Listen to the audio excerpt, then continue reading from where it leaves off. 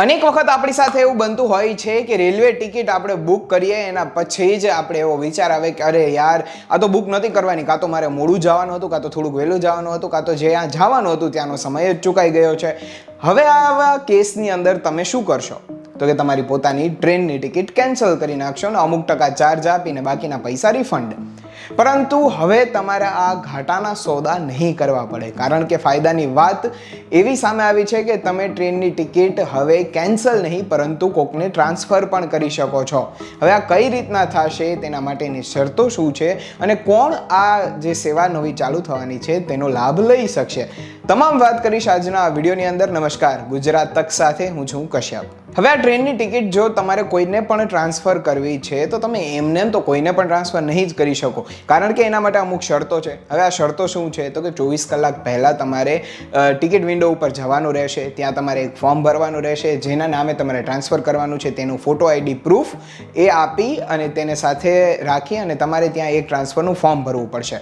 તે ભરી અને તમે ટિકિટ વિન્ડો ઉપર આપશો એટલે જે વ્યક્તિને નામે તમારે ટ્રાન્સફર કરવું છે તે વ્યક્તિને નામે હવે ટિકિટ થઈ જશે. પરંતુ આ વ્યક્તિ તમારું પરિવારનું જ કોક હોવું જોઈએ, એના માટેની આ એક સેવા ચાલુ કરવામાં આવી છે. આ ઉપરાંત પણ બીજા ઘણા ટ્રાન્સફર થઈ શકે છે, એના વિશે આગળ વાત કરીશ. પરંતુ એક આમાં શરત એવી પણ છે કે 48 કલાક પહેલાં જ જો તમારે વ્યક્તિગત કારણો છે તો તમારે 48 કલાક પહેલાં જ આ પ્રકારની પ્રોસેસ કરવી પડશે, તો જ તમારી ટિકિટ ટ્રાન્સફર થઈ શકશે. હવે મેં તમને પહેલાં કહ્યું એમ કે અન્ય લોકોને જો તમારે ટિકિટ ટ્રાન્સફર કરવી છે તો એના માટે પણ અમુક શરતો લાગુ કરવામાં આવી છે.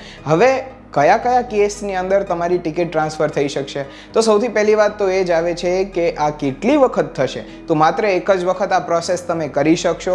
બીજું કે સરકારી કોઈ પણ કર્મચારી હોય તો તે બીજા કોઈ કર્મચારીને પોતાની ટિકિટ ટ્રાન્સફર કરી શકે છે, પરંતુ તેના માટે તેને 24 કલાક પહેલાં જાણ કરવી પડશે.